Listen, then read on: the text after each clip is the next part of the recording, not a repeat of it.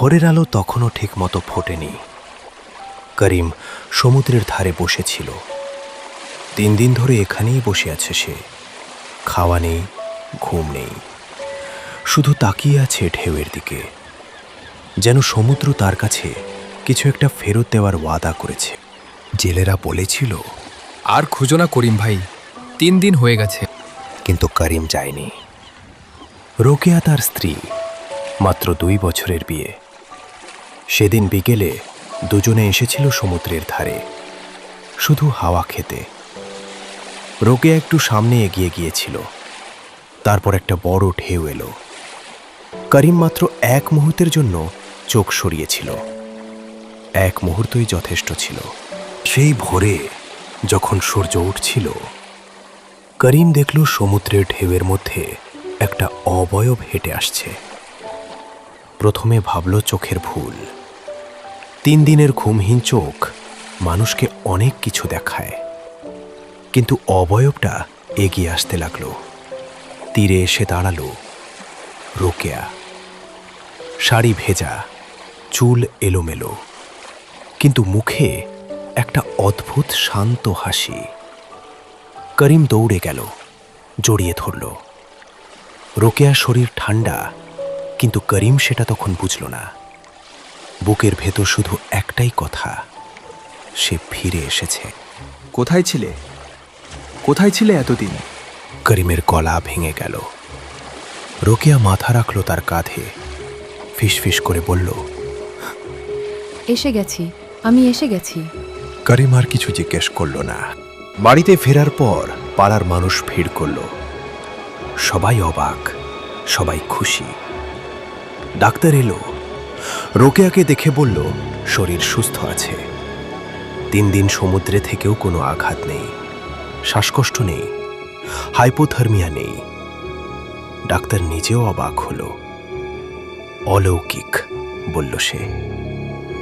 করিম সেদিন রাতে প্রথমবার ঘুমালো, কিন্তু ঘুমের মধ্যে একটু পর উঠে দেখল রোকেয়া ঘুমায়নি। বিছানায় শুয়ে চোখ মেলে তাকিয়ে আছে ছাদের দিকে, নিঃশব্দে। ঘুমাওনি? করিম জিজ্ঞেস করল। ঘুম আসছে না, তুমি ঘুমাও। করিম আবার শুয়ে পড়ল, কিন্তু সকালে উঠে দেখল রোকেয়া তখনও একইভাবে শুয়ে আছে, চোখ খোলা, তাকিয়ে আছে ছাদের দিকে। সারা রাত একইভাবে। 3য় দিন করিম লক্ষ্য করল আরেকটা জিনিস। রোকেয়া চোখের পাতা ফেলে না। কথা বলার সময়, খাওয়ার সময়, বাইরে তাকানোর সময় চোখ স্থির, পলক পড়ে না। করিম নিজেই নিজেকে বলল, আমি নিশ্চয়ই ভুল দেখছি। কিন্তু সেদিন রাতে সে ঘুমের ভান করে শুয়ে রইল। 0.5 ঘন্টা, 1 ঘন্টা, 1.5 ঘন্টা।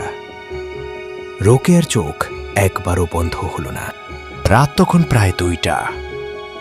করিম হঠাৎ টের পেল পাশে রোকেয়া নেই। উঠে দেখল বারান্দার দরজা খোলা। বাইরে গিয়ে দেখল রোকেয়া রেলিং ধরে দাঁড়িয়ে আছে। দূরে সমুদ্র দেখা যাচ্ছে। জ্যোৎস্নার আলোয় ঢেউগুলো চকচক করছে। রোকেয়া কথা বলছে, ফিসফিস করে। করিম কাছে গেল। রোকেয়া তার উপস্থিতি টের পেল না, বা পেলেও থামল না। জানি, জানি, একটু সময় দাও। করিম হাত রাখল তার কাঁধে। রোকেয়া চমকে ঘুরে দাঁড়ালো, চোখে একটা অদ্ভুত ভয়। তারপর সেটা মিলিয়ে গেল, স্বাভাবিক হাসি ফিরে এলো। কি করছিলে? করিম জিজ্ঞেস করল। কিছু না, হাওয়া খাচ্ছিলাম। কার সাথে কথা বলছিলে? নিজের সাথে। ঘুম আসছিল না। করিম তাকিয়ে রইল তার দিকে। জ্যোৎস্নার আলোয় রোকেয়াকে দেখাচ্ছিল অন্যরকম, যেন একটা পাতলা আলোর আবরণ তার চারদিকে। ভেতরে চলো, করিম বলল। রোকেয়া একবার সমুদ্রের দিকে তাকালো, তারপর ঘরে এলো। পরদিন সকালে করিমের মা এলেন, বৃদ্ধা মহিলা। ছেলের বউকে দেখে খুশি হলেন, জড়িয়ে ধরলেন। কিন্তু কিছুক্ষণ পরে করিম দেখল মা রান্নাঘরে একা বসে আছেন, মুখ গম্ভীর। কি হয়েছে মা? মা একটু চুপ করে রইলেন, তারপর বললেন, রোকেয়ার গায়ে সমুদ্রের আষ্টে গন্ধ বাবা। তো সমুদ্র থেকে এসেছে তো 3 দিন হয়ে গেছে, গোসল করেছে, তবু গন্ধ যায়নি। মা করিমের হাত ধরলেন। এই গন্ধ আমি চিনি বাবা। এই গন্ধ গভীর সমুদ্রের, যেখানে আলো পৌঁছায় না। করিম কিছু বলল না। মা আসতে বললেন, তুই কি একবারও ভেবে দেখেছিস 3 দিন পানির নিচে থেকে মানুষ বাঁচে কিভাবে? সেই রাতে করিম রোকেয়াকে জিজ্ঞেস করল। 3 দিন কোথায় ছিলে, সত্যি করে বলো। রোকেয়া অনেকক্ষণ চুপ করে রইল। জানালার বাইরে সমুদ্রের শব্দ আসছিল। তারপর বলল, পানির নিচে একটা জায়গা আছে, অন্ধকার কিন্তু ঠান্ডা না, শান্ত। সেখানে কেউ ছিল, কে? অনেকে, যারা ফেরেনি, যাদের সমুদ্র নিয়ে গেছে, তারা সেখানে থাকে। করিম শিউরে উঠল। তুমি তাদের দেখেছ? দেখেছি। রোকেয়া করিমের দিকে তাকালো, চোখে একটা অসীম গভীরতা। তারা আমাকে ছাড়তে চায়নি, কিন্তু আমি তোমার কথা ভেবেছিলাম, তাই ফিরতে পেরেছি।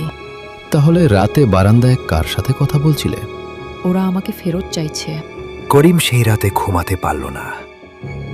ভোর 4টার দিকে সে দেখল রোকেয়া আবার উঠে বারান্দায় গেছে।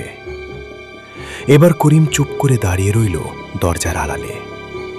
শুনতে লাগলো রোকেয়া বলছে, আর একটু সময়, শুধু আর একটু। নীরবতা, যেন অপর প্রান্ত থেকে কেউ উত্তর দিচ্ছে, কিন্তু সেই শব্দ মানুষের কানের জন্য নয়। তারপর রোকেয়া বলল, ঠিক আছে, জানি আমি, পূর্ণিমার রাতে। সেই 3 দিন করিম রোকেয়াকে একা ছাড়েনি। রোকেয়াও স্বাভাবিক ছিল, হাসছে, কথা বলছে, সংসার করছে। কিন্তু রাতে সমুদ্রের শব্দ বাড়ছিল, প্রতি রাতে একটু বেশি, যেন সমুদ্র এগিয়ে আসছে। পূর্ণিমার রাতে করিম রোকেয়ার হাত ধরে বসে রইল। মাঝরাতে রোকেয়া উঠতে চাইল, করিম হাত ছাড়ল না। যেও না। আমাকে যেতে হবে করিম, না গেলে ওরা আসবে, এখানে আসবে। আসুক। তুমি বোঝো না, ওরা এলে শুধু আমাকে না, তোমাকেও নিয়ে যাবে। করিম তবুও হাত ছাড়ল না। তাহলে একসাথে যাব। রোকেয়া কাঁদল, অনেকক্ষণ কাঁদল। তারপর বাইরে থেকে একটা শব্দ এলো। সমুদ্রের ঢেউয়ের শব্দ নয়, অন্য কিছু, যেন হাজারো কণ্ঠ একসাথে ডাকছে, কিন্তু কোনো ভাষায় নয়। শব্দটা এগিয়ে এলো। ঘরের দেয়াল কাঁপল, বাতাস ঠান্ডা হয়ে গেল হঠাৎ। করিম অনুভব করল কিছু একটা এসেছে, ঘরে, কাছে। রোকেয়ার হাত ক্রমশ ঠান্ডা হয়ে যাচ্ছিল। তারপর সব শান্ত। করিম চোখ খুলল। রোকেয়া নেই। বিছানায় শুধু তো একটা ভেজা দাগ, সমুদ্রের নোনা জলের মতো। করিম ছুটে বারান্দায় গেল, দূরেত্রের দিকে তাকালো। জ্যোৎস্নার আলোয় ঢেউয়ের মধ্যে একটা অবয়ব দেখা গেল। হেঁটে যাচ্ছে গভীরে, ধীরে ধীরে ডুবে যাচ্ছে। করিম চিৎকার করল, দৌড়াতে যাবে, কিন্তু পা চলল না। শেষবার মাথাটা ডোবার আগে রোকেয়া একবার পেছন ফিরল। করিম সেই রাতের পর আর সমুদ্রের ধারে যায় না, কিন্তু প্রতি পূর্ণিমায় রাত 3টায় ঘরের বাইরে থেকে একটা শব্দ আসে।